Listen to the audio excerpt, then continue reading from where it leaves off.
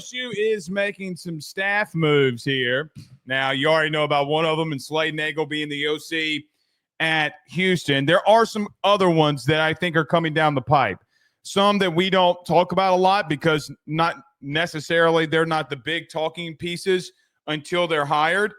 But there are some firings, and I mean firings, that happened along LSU today. Jacobee Stevens, it was announced that Jacobee Stevens, the former five-star from Tennessee, wore number 7 at LSU in the 2019 LSU national title team, will not return to the team. I think that could have been worded a little bit differently. Regardless, look, man, I think that BK's just shaking some things up. I think that the place needs some shaking up. I didn't know or think that it would come from these types of positions. But listen, man, I mean, you had an OC that went to Houston. You had an OC that went to Charlotte. Paul Turner, who was one of the more up and coming guys that people kept talking about. Paul Turner goes to Charlotte as well. You got some shakeup and some new guys that you're bringing in. That can either be really good or it can be really bad. I don't think the shakeup is a problem. Depending on who you go and get, I don't think that it's a problem. What I do think is with a guy like Jacobee Stevens, business is business. Business is business. Oh, BK, it ain't good. He's firing former players. I've seen you all over social media all day. Oh, he shouldn't be doing that. He's firing guys that used to play at LSU. Well, were they doing a good job? Were they doing a good job? I'm not trying to be cold, but I what was the details of why BK, who knew the media hit that it would take of not bringing him back, why didn't he do it? You think that it's just because he doesn't like the kid or whatever. That's not the case. What is the case, okay, is that when you have a bad season that is under the level of where you want to be, and if you think that shakeup is not going to happen, especially with players from the old administration, I don't know what to tell you. Some have called this today from the firing of Jacobee Stevens and the firing of Nick Brissett, the running back, the former running back who was on staff. Guys, the fat was going to get trimmed. And if you're going to trim some fat, you're going to start off with guys who weren't your players. I think you're in a tough situation, a very tough situation. But unfortunately, that's the business that they are in. I don't think that either one of them, even though it was reported, I will go against it. I really don't think that either one of them were blindsided by being let go. What I do believe is that you're going to shake some things up. And guys, quite frankly, I mean, I'm surprised that it's only this. Now, I do think that there is potential that guys will be moved around. I think that there is potential that maybe some other people will be fired. I don't know. I just don't know. But in reference to Jacobee Stevens and in reference to Nick Brissett, which Nick Brissett was the one that I think people were confused by the most. I don't think, from some things that I have been told, I don't think that Nick Brissett was doing the things that he needed to do to help LSU win a national title. I don't know Nick like that. I've never really met him. I've only seen him at practices. I don't know him. But from some of the things that I hear, I don't think that he was doing what he needed to do. Frank Wilson is as LSU of a guy as anybody. And I do think that Frank has a massive hand in some of these guys that are hired and in that building. Austin Thomas as well. And it's not as if that Scott wasn't here during that administration too. And quite frankly, I think that when you make decisions like this, it's not only all coming from the head coach. I think that the head coach's right-hand dude, I think that other administrators, I think that there's a massive thought about what they're going to do and where they're going to go. From a hiring standpoint, at minimum, the two people that have to be talking about them or talking to each other the most are clearly the AD and clearly the head coach. So I do think that Scott and BK and others are having these conversations of what they believe that they need to do. It sucks. I don't like seeing former players coming back here and not having success. I want them to have success. BK didn't believe that they were up to standard of what he wanted for his program. Here's the thing, too, that I want to make very well known. I don't mean this in a wrong way either. Analysts and front office people, okay, which Jacobee was an analyst, Nick was in more of the front office. The experience factor and where you're spending money now is becoming a big deal. I do think that some of these positions have some new look, this administration, from a football aspect, has taken a completely new direction and gone a completely new different direction and how they see the front office needing to be run. It's just how it's going. And I think that some cuts, because of other guys that you want to bring in, some other cuts had to be made, sacrificing or no. But to be honest with you, there are other analysts that I think that you want to go after, and you're trimming some fat to go after them. Because analysts are a big deal now in the coaching world. Why is that? Now you can have and have analysts on the field during practice coaching. So technically, Brian Kelly can have as many assistants as he wants, or analysts, as he wants, and it doesn't really matter. I say all that to say, too, that there is things tied into with the tight ends coach that we'll get to in a little bit more detail in a little while, okay? But I do think that there is just a mind shift. I think that there's people, we're trying to go into a different direction here. I think that there are things that, I'll just be real with you, I think that this is why it's taken 2 weeks, 16 days since these moves have been made, because they've been contemplating on how they're going to restructure some things. And unfortunately, this is what's happening. I think that you should expect, quite frankly, for more of this to take place, especially when administrative teams in football are going to a more front office feel.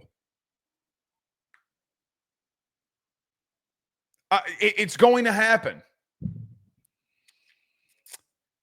It's unfortunate. I don't like people being fired from their job. I don't like it. I don't like when people get fired from not making money, regardless of how high or how low. It doesn't really bother me. It's not my business. What does not bother me, what does very much stand out to me is I think that you're going to be trying to bring in some people that maybe need to come in, be an analyst, like maybe a Steve Sarkisian was an analyst for Nick. I do think that you'll start seeing, and I think that's an extreme case. Actually, that's a very extreme case. I don't know if you go that far. I do think that you're going to go that far in the sense of, now that these guys can coach, now that these guys can be on field and coach, that things start becoming a lot more different.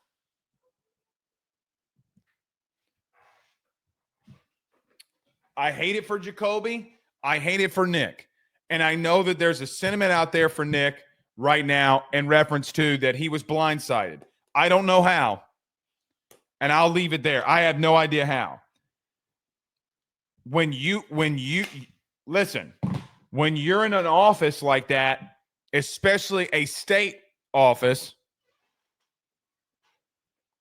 and a coaching office, you play politics 24/7.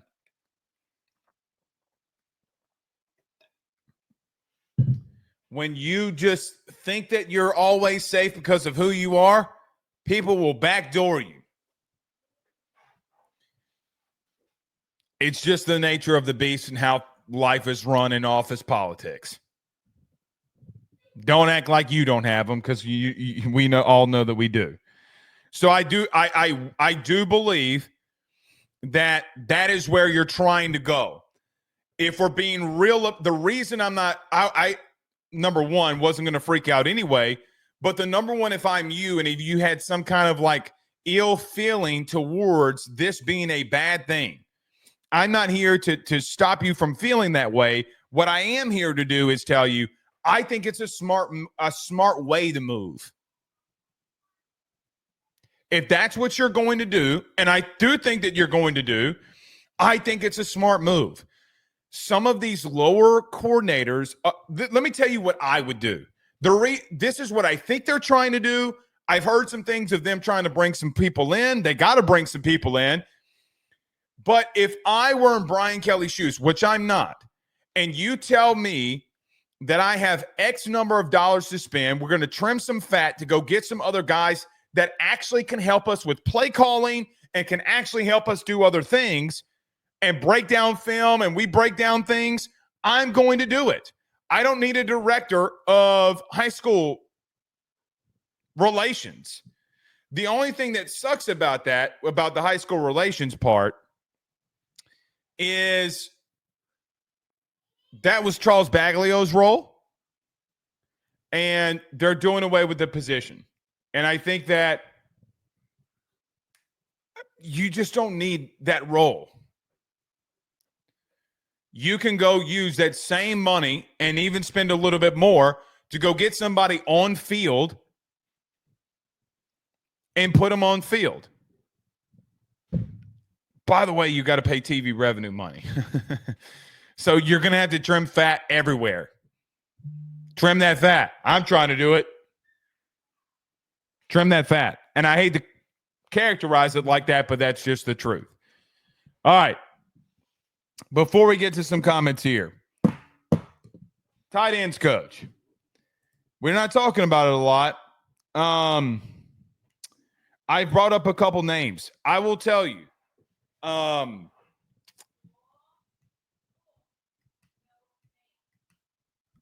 There are names that I feel that are being floated out there. I do not know what direction that Brian Kelly is going to go. The next things that I am about to say are strictly opinion. And I mean it. Strictly opinion.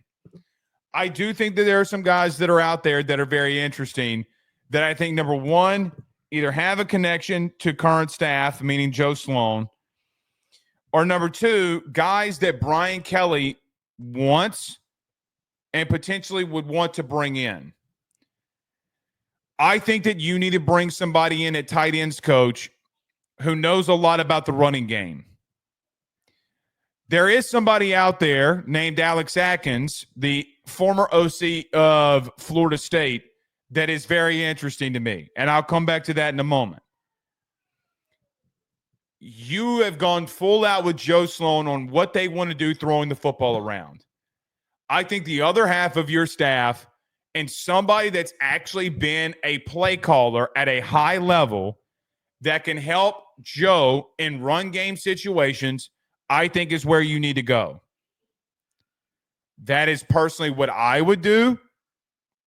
I don't know where BK will want to go. The reason I would go there is because you have a guy in Joe Sloan that comes from a system, whether it be college or where he's been when it comes to his coaching career, is they want to, guys, it's Louisiana Tech. It's Louisiana Tech. The system that he came from. I don't think that you can get away with that in this conference. I think that you're going to need to bring somebody in that can teach you and help you in the running game. And I say teach. Nobody's teaching Brian Kelly the running game. That's poor choice of words by me. But someone who can come in and implement and help and start developing run game system stuff. Let Joe call it, but this is how we're going to design it. This is what we're going to do. Now, Alex Atkins is interesting. Alex Atkins has actually coached tight ends before. The former O-line coach at Florida State and offensive coordinator. I know that you have some receiving guys in that room with Trey and some receiving guys in that room with Bauer Sharp. But you also have guys in J.D. LaFleur and Donovan Green who are also in there. Trey Dez's biggest weakness is going to be, or his biggest weakness right now in general, is being on the end line of scrimmage. You bring in an O-line guy to help him and mold him and develop him, then he starts becoming all around and not being a weakness in your running game. It could be a big strength.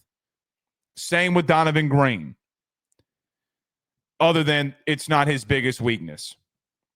It